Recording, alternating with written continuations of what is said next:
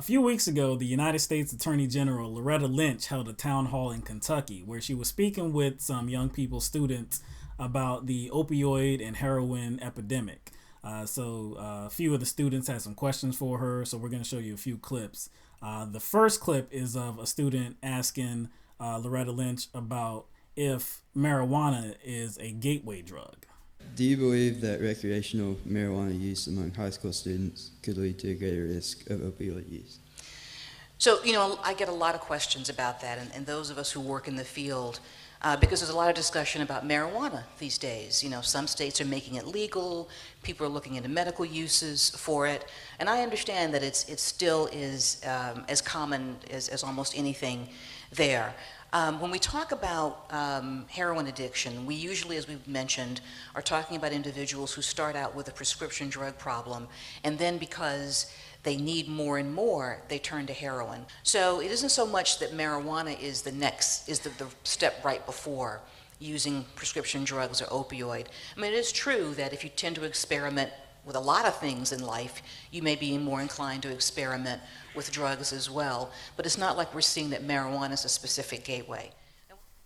Wow. That was new information. So she is finally come to her senses. Yeah. You know what I'm saying? That marijuana is not really a gateway drug. I mean, she said that if a person is, I guess susceptible to experimenting with various things, then of course that could lead them to other things, of course, like heroin. But that just has to do with that person and that not the individual. drug. Yes. So she's finally saying that, yes, marijuana, you can't draw a straight line from marijuana to, your hard drugs, your heroin. So I take like it her next step is going to be, to push for the reclassification of marijuana. No. Actually, in a later clip, she talked about how, somebody had a question to ask about what they're currently doing to combat the drug problem. And this is what she said. What is being done to fight the war on drugs in Madison County, and how the government is trying to prevent the spread of this epidemic?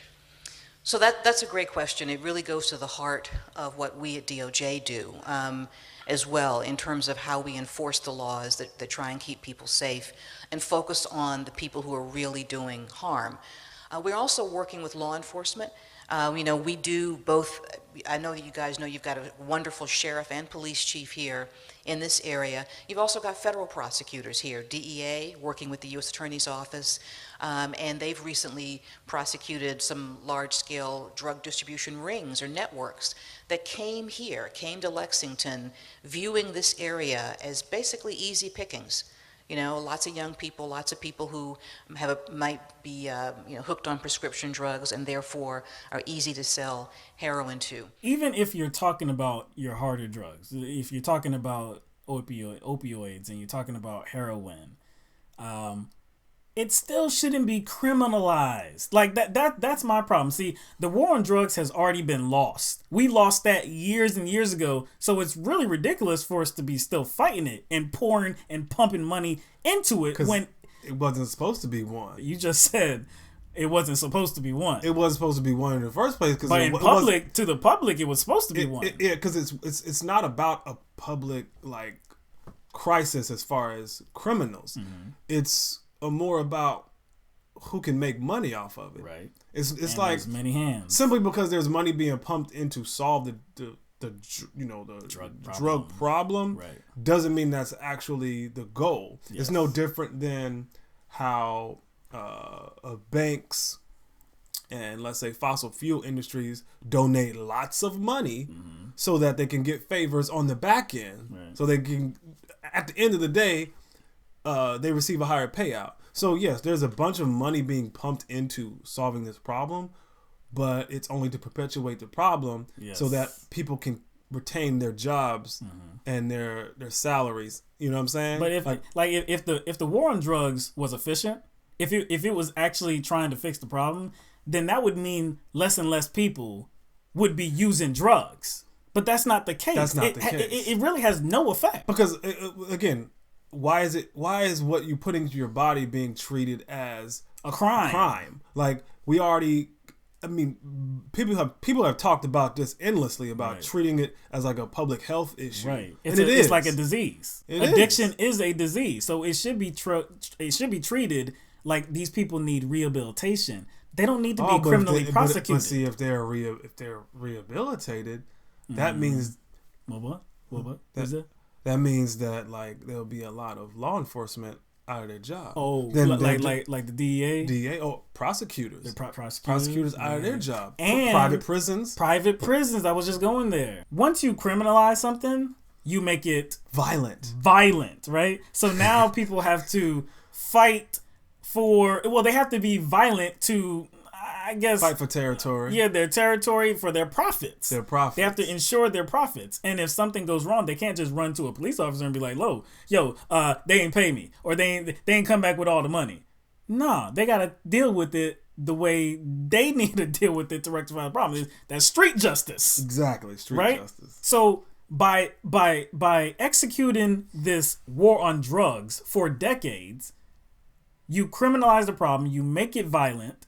If you want a kind of comparison, back in the Alcohol. day, When alcohol prohibition, Yeah. that was some of the most like that's one of the most violent times right, in American history as far as like I'll use like Chicago. Mm-hmm. That's why even Chicago has a history of gang violence. right, That's not new. yeah, You know not what I'm saying? new at all, Not Yeah. new at all. Mm-hmm. And like they pretty much created a violent situation off of criminalizing something that's not violent. Right. So then, they got rid of prohibition. Now Regulation. it's legal. It's very regulated now. If alcohol causes you to do something illegal, then you are prosecuted Exactly. for that. But it's not the consumption. Yeah, exactly. It's not the consumption that Not gets the you, because you can consumption. be in your house Yeah. and get towed up. You can Not get illegal. and it's not illegal. Not You can illegal. you can just get towed up as long as you don't At the leave your house. restaurant? At the restaurant, you can get towed up. Toe up. Do whatever you want.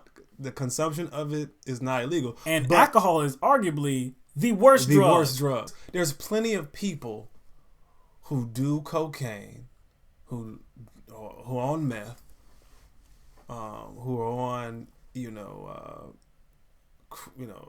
various amount of substances, whatever it is. There are plenty of people who actually don't commit crime doing those things. I know. Yeah, many. But then there's some that do. Prosecute them when they commit a crime and teach people about the dangers of drug use. I have no problem with that. We should be doing that, teaching people about the dangers of drug use and how it can negatively impact your life. We should be doing that full stop. I mean, like, all the time. You should be in schools talking to young people. No doubt. Have people that have used drugs and how it impacted their lives negatively, talking to young people. Of course. But to say that, we're working with police departments and the DEA and we're going to be criminally prosecuting these drug dealers and stuff like that, you're making these drug dealers profitable. You're making these drug dealers violent. Because you drive the industry underground. Exactly. If all the drugs, and see, this is you can call it radical position if you want to. I think every drug should be legal. That's my position. Because, like I said, if you criminalize it, you make it provocative, and you introduce the violent aspects to it. It's actually no different than prostitution, and you see how it's actually more unsafe for exactly the people, like the main focus of the industry, which is the prostitutes. Like, you actually make it like more dangerous for them. It's no different. Where's the red light district at? Is that Amsterdam? Amsterdam. Right. Is prostitution more dangerous here or over there?